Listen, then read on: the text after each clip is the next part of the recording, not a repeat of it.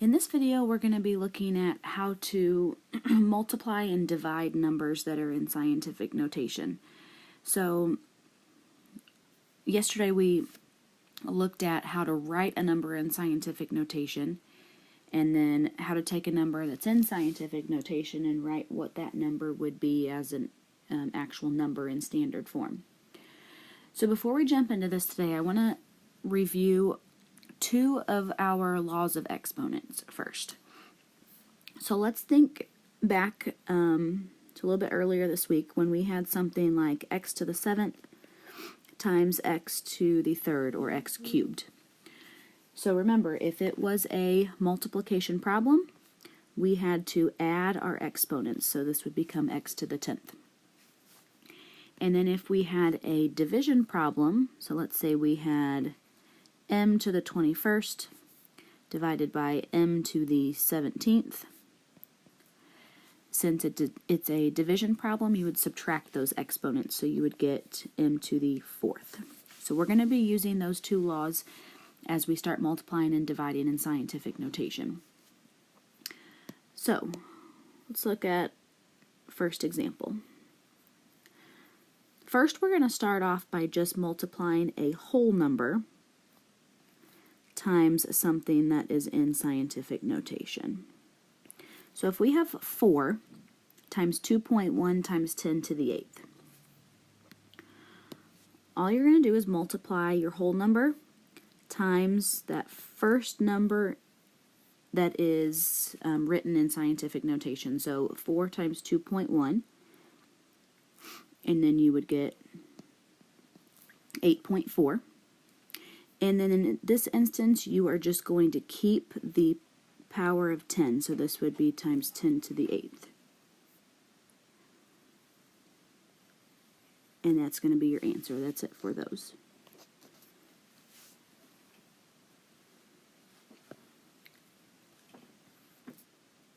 Now, if we have two numbers that are written in scientific notation, so for instance, let's say we have 1.7 times 10 to the 4th times 3.2 times 10 to the 6th.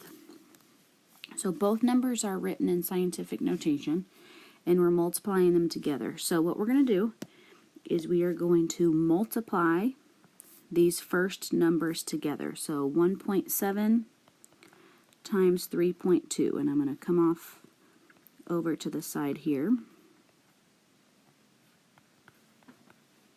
I'm going to get 5.44. So that's going to be that first number that's there, and then we'll have our power of 10, so times 10.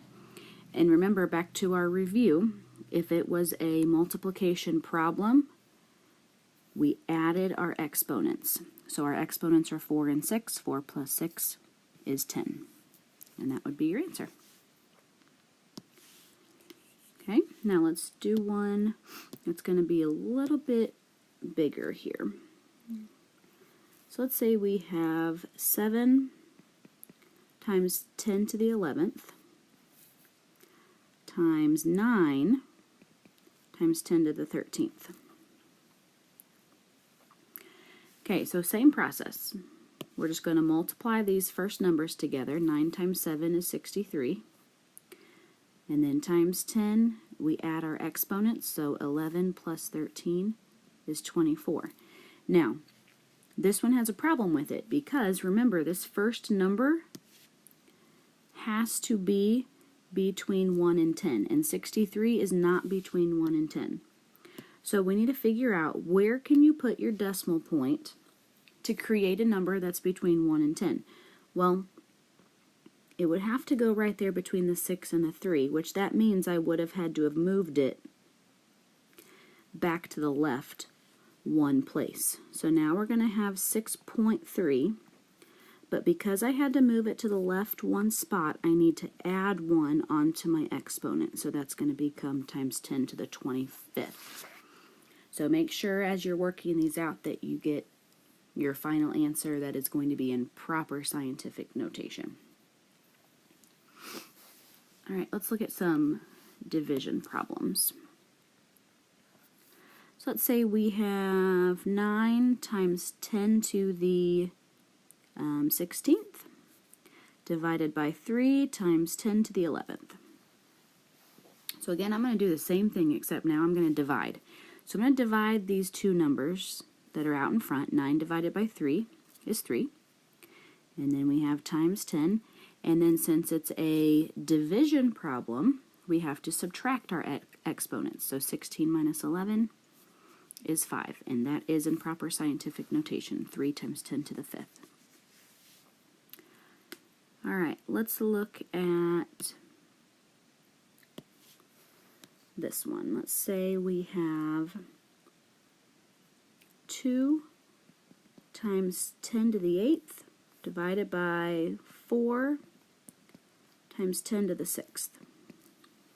Okay, now, whenever you divide these, you always need to go top to bottom. So as I divide, I'm doing 2 divided by 4. It is not 4 divided by 2.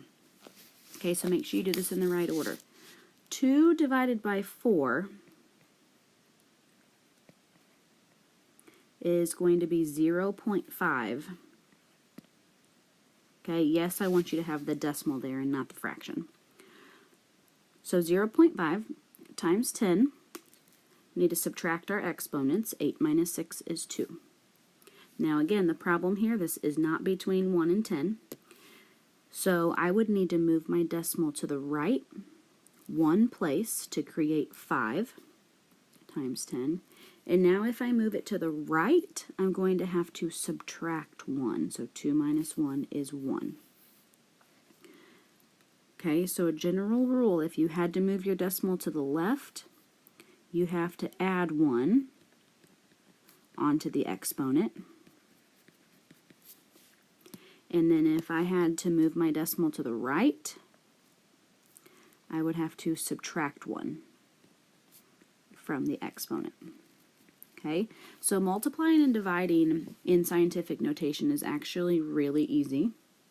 Okay, you just multiply or divide those first numbers together, and then if it's multiplication, you add your exponents. If it's division, you subtract your exponents.